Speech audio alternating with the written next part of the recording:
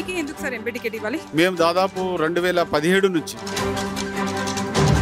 డిఫరెంట్గా నాకంటే మేధావుడు లేడు, నాకంటే ప్రజాసేవకుడు ఎవరు లేరు, ఉన్న సీనియర్స్ ఉన్నారు. మీరు చేసిన ప్రజాసేవలు ఏంటి సార్? చూపించగలుగుతారా, చెప్పగలుగుతారా? 100%. అదే అమ్మా, నేను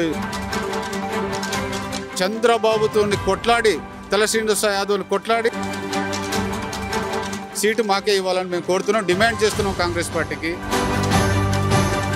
కవిత చెప్తున్నారు అక్కడ తెలంగాణ తల్లి విగ్రహాన్ని ఎక్కడ పెడతారు, మరి రాజీవ్ గాంధీ విగ్రహాన్ని ఇక్కడ పెడితే ఆయన ఈ తెలంగాణ కోసం ఏం చేశారు? మాట్లాడడానికి హక్కు కూడా లిక్కర్ రానికి లేదు. కవిత గారిని కొత్తగూడెంలో తీసుకెళ్లి బుర్జ్ ఖలీఫా, మీకు అబుదాబి, దుబాయ్లో ఏంది సార్ ఇది? ప్రజలు కూడా దీన్ని చూసి విమర్శలు ప్రతి విమర్శలు, ఇంతేనా, అభివృద్ధి లేదని అడుగుతున్నారు. జగన్ను తీసుకొచ్చి బిర్యానీ తినిపించి ముద్దు పెట్టింది కేసీఆర్ గారు. సంపినోడే సంతాప సభ పెట్టినట్టుంది. కుంటికాలకు ఉన్న కేసీఆర్ కూడా రెస్ట్ తీసుకోవాలి. ఎమ్మెల్యేలు మళ్ళీ ఆ కుంటికాలనే మొక్కుతున్నారు, అది మనకి అరిష్టం. తెలంగాణ తీసుకొచ్చిన కేసీఆర్నే అడుగుతారా? నేను చావు నోట్ల తలబెట్టి బతికిన నన్ను ఎవరు మీరు అడగడానికి అని అంటున్నాడు. ఇవన్నీ తుపాకీ రాముడు మాటలు. ఉత్తమ్ కుమార్ రెడ్డి కూడా తల పట్టుకున్నది ఏంది కారణం? అసలు దీన్ని ఏం చేయాలి? మీకు చేతకపోతే మాకు ఇవ్వండి సీఎం పదవి, మేము చేస్తామంటారు. ఈ అగ్గిపెట్ట హరీష్ రావు, అదేవిధంగా ఆటో రాముడు, లిక్కర్ రాణి, ఈ ముగ్గురికి ఒక సవాల్ ఇస్తున్నా నేను.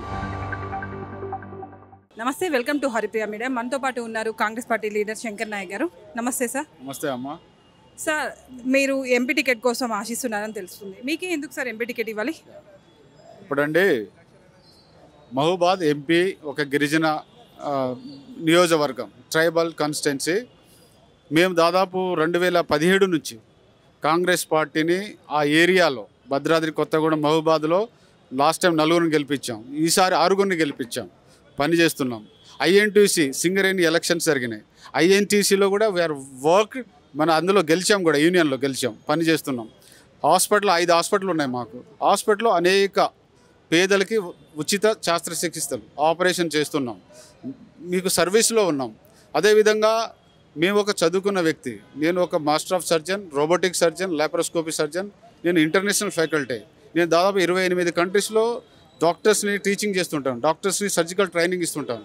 సో ఇంత చదువుకున్న వ్యక్తిని, ఒక గిరిజనుని, ఒక ట్రైబల్ డాక్టర్ని డిఫరెంట్గా, నాకంటే మేధావుడు లేడు, నాకంటే ప్రజాసేవకుడు ఎవరు లేరు, ఉన్న సీనియర్స్ ఉన్నారు. మీరు చేసిన ప్రజాసేవలు ఏంటి సార్? చూపించగలుగుతారా, చెప్పగలుగుతారా? 100%. అదే అమ్మా, నేను ఎలక్షన్లో కష్టపడి ఎలక్షన్లో కాంగ్రెస్ పార్టీని డెవలప్మెంట్ చేస్తున్నా, కాంగ్రెస్ పార్టీ ఎమ్మెల్యేని గెలిపించాను, అనేక వైద్య మెడికల్ క్యాంప్స్ పెట్టాను.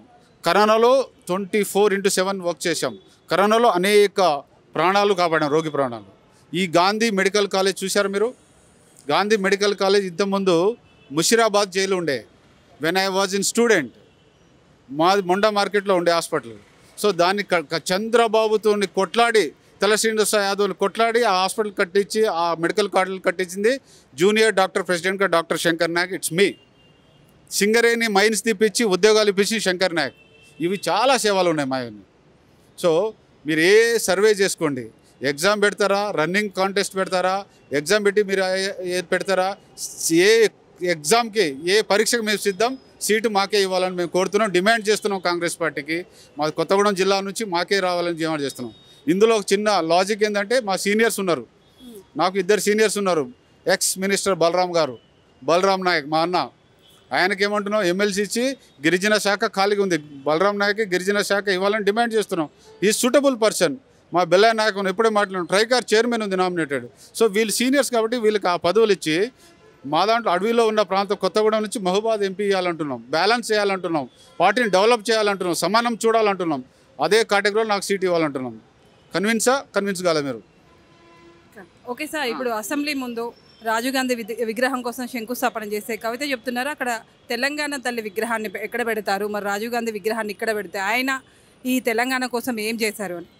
ఈరోజు రాజీవ్ గాంధీ ఒక చరిత్ర, ప్రాణాలు దేశం కోసం ప్రాణాలను అర్పించిన వ్యక్తి.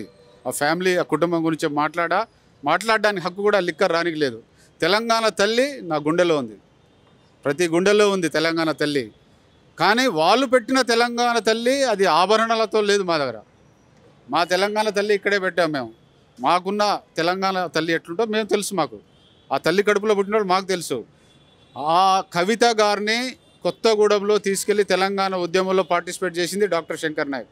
ఆ కవిత గారు సింగరేణి టీబీజీ కేసు ఒక యూనియన్ గౌరవాధ్యక్షుడు చేసింది డాక్టర్ శంకర్ నాయక్. కానీ ఉద్యమం తెలంగాణ వచ్చిన తర్వాత శంకర్ నాయక్ వాళ్ళకి అవసరం లేదు. శంకర్ నాయక్ ఇలాంటి ఉద్యమకారులు అవసరం లేదు. వాళ్ళకి కావాల్సింది కాంట్రాక్టులు, కమిషన్లు, liquor mafia, sand mafia, liquor mafia.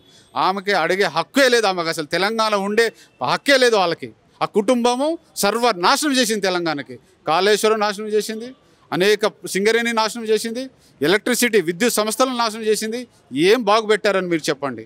ఏం అవసరం ఏం చేశారు వాళ్ళు? ఓన్లీ రాజకీయంగా దాన్ని వ్యాపారంగా మాట్లాడుకొని డబ్బులు సంపాదించుకొని బుర్జ్ ఖలీఫా మీకు అబుదాబి దుబాయ్లో మీరు ప్లాట్లు కొనుక్కున్నారు తప్ప మీరు తెలంగాణ ప్రజలకు చేసింది ఏమిటో. ఇప్పుడు వాళ్ళు ఏముందంటే కారు ఏదో అంటారు సర్వీసింగ్ పోయింది అంటుండు, ఏదో ఆటో రాముడు. ఇంకోటేమో కారు షెడ్డుకి పోయింది అంటుండు. మేము కారు షెడ్డు లేదు స్క్రాప్ వేయడమే మా లక్ష్యం, మా గమ్యం, మా కోరిక. బీఆర్ఎస్ పార్టీ తెలంగాణలో లేకుండా చేయడం. ప్రజలు సుఖశాంతిలో ఉండాలంటే బీఆర్ఎస్ పార్టీ ఉండకూడదు. ఇది మా లక్ష్యం. సార్, ఇప్పుడు ప్రతిపక్ష పార్టీ పాలకపక్ష పార్టీ ఒకరి మీద ఒకరు విమర్శలు చేసుకుంటూనే ఉంటున్నారు స్టార్ట్ అయిన కాంచి. ఏంది సార్ ఇది? ప్రజలు కూడా దీన్ని చూసి విమర్శలు ప్రతి విమర్శలు ఇంతేనా, అభివృద్ధి లేదని అడుగుతున్నారు. మేము వాళ్ళకి లాస్ట్ టైం మనకి టీఆర్ఎస్ గవర్నమెంట్ వచ్చినప్పుడు మేము 10 years ఓపికతోనే ఉన్నాం. వీళ్ళు 10 daysలో ఓపిక లేకుండా ఆర్టీసీ మహిళలు ఫ్రీ కాగానే ఆటోలు పెట్టుకొని తిరుగుతుండే ఈయన ఆటోలు. సో మీరు ఆలోచించండి, అధికారం లేకుండా ఒక్క రోజు కూడా వాళ్ళు ఉండలేకపోతున్నారు. అలవాటు పడ్డారు. సో హ్యాబిచ్యుయేటెడ్ అయిపోయారు, అడిక్ట్ అయిపోయారు. సో మానసిక ఒత్తిడి తట్టుకోలేకపోతున్నారు. పార్టీ ఖాళీ అయిపోతున్న టెన్షన్లో ఉండి గాబర గత్తర అవుతున్నారు వాళ్ళు. So this is not a right. ఆపోజిషన్లో ఉన్న వాళ్ళు మనకి కేసీఆర్ 80,000 పుస్తకాలు చదివినోడు ఎంత నాలెడ్జ్ ఉండాలి? అంటే మీరు ఏమంటున్నారు అంటే ఈ 4 రోజుల నుంచే వాళ్ళు తట్టుకోలేకపోతున్నారు. ఇంతకుముందు మేము సైలెంట్గా ఉన్నాం కానీ వీళ్ళు తట్టుకోలేకపోతున్నారు. ఎస్, అదే అమ్మా. ఇప్పుడు కృష్ణా నది జలాలు అటు సంగమేశ్వరం ప్రాజెక్టుకి పర్మిషన్ ఎవరు ఇచ్చారు తెలుసా? కేసీఆర్ గారు ఇచ్చారు. ఎందుకు ఇచ్చారో మీకు తెలుసా? జగన్ను తీసుకొచ్చి బిర్యానీ తినిపించి ముద్దు పెట్టింది కేసీఆర్ గారు. అక్కడ మెగా కృష్ణారెడ్డికి కాంట్రాక్ట్ ఇవ్వండి నాకు కమిషన్ ఇస్తాడని మెగా కృష్ణారెడ్డితోటి సంగమేశ్వరం కాళేశ్వరం కట్టించింది కేసీఆర్ గారు. మీరు అర్థమైందా? ఈరోజే మళ్ళీ నల్గొండలో ఇమ్మీడియట్గా హడావుడి 7 కిలోమీటర్ అసెంబ్లీకి 107 కిలోమీటర్ నల్గొండకు రాకుండా ఇక్కడ రాకుండా నల్గొండ పోయినండి. అది ఎట్లుందంటే చిన్న పిల్లగాని అడిగిన ఏంది కేసీఆర్ మీటింగ్ ఎట్లుందంటే సంపినోడే సంతాప సభ పెట్టినట్టుంది, మర్డర్ చేసినోడే మీటింగ్ పెట్టినట్టు ఉంది, కన్నీళ్ళు కార్చినట్టు ఉంది. This is the fact. అది వాళ్ళకి దొరతనం. ఆ విధంగా వాళ్ళు తెలంగాణ జనాల్ని మళ్ళీ ఉద్యమ ముసుగులో మళ్ళీ బీఆర్ఎస్ను టీఆర్ఎస్గా మార్చి మళ్ళీ జనాల్లో పోవాలనే మార్పు చూస్తున్నారు. కానీ ఆల్రెడీ ప్రజలు వీఆర్ఎస్ ఇచ్చారు. వాళ్ళు ఫామ్ హౌస్లో వాళ్ళ బతుకు అక్కడే ఉండాలి. తెలంగాణలో వాళ్ళ అవసరం లేదు, వాళ్ళ అవసరం కూడా లేదు. ఇప్పుడు మన ఇక్కడి నుంచి అక్కడ దాకా అంటే నల్గొండ దాకా మీటింగ్ వెళ్ళగలిగినాడు, పక్కనున్న అసెంబ్లీకి ఎందుకు రావట్లేదంటారు కేసీఆర్ గారు? మా అహంకారవాది కేసీఆర్ గారు, అహంకారవాది, యూజ్ అండ్ త్రో. చాలామంది ఉద్యమకారులు కోదండరామ ఇలాంటి పెద్దలను కూడా వాడుకున్న వ్యక్తి, నన్ను కూడా ఉద్యమంలో వాడుకున్న వ్యక్తి కేసీఆర్. పక్తు రాజకీయ పార్టీ అన్నాడు టీఆర్ఎస్ టు బీఆర్ఎస్. దేశ్కి నేత అన్నాడు. దేశ్కి నేత అంటే ఏరే స్టేట్లో కూడా ఎలక్షన్ ఉన్నాయి కదమ్మా. ఆంధ్రలో పార్టీ ఆఫీస్ ఉంది కదా, నాందేడ్లో పార్టీ ఆఫీస్ ఉంది కదా, అక్కడ ఎలక్షన్ ఉన్నాయి కదా. అక్కడ పోకుండా మళ్ళీ నేను ఇక్కడే ఉంటా జై తెలంగాణ ఎట్లా అంటాడు? జై భారత్ అనాలి. సో అక్కడే మీకు అర్థం కావాలి ఈయన క్యారెక్టర్ ఏంది, ఈయన ఏ విధంగా రాజకీయాన్ని వ్యభిచారం చేస్తున్నాడు, ఏ విధంగా రాజకీయాన్ని వాడుకుంటుండు, వ్యాపారం చేస్తున్నది మీకు తెలవాలి అది. సో ఆయన స్టేబుల్ మైండ్లో లేదు. సో ఆయన కూడా కుంటికాలతోటి ప్రజా మీటింగ్ పెట్టిన అది అరిష్టం, అది మనకు మేలు జరగదు.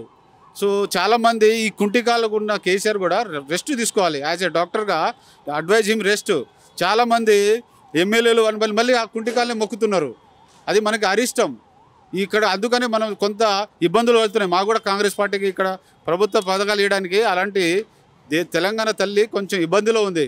సో ఆ విముక్తి కలిగితే మాకు తెలంగాణ తల్లికి స్వేచ్ఛ వస్తుంది. మాకు ప్రజాస్వామ్యంగా ప్రజారంజక ప్రజాపాలనగా రేవంత్ రెడ్డితో సాధ్యం.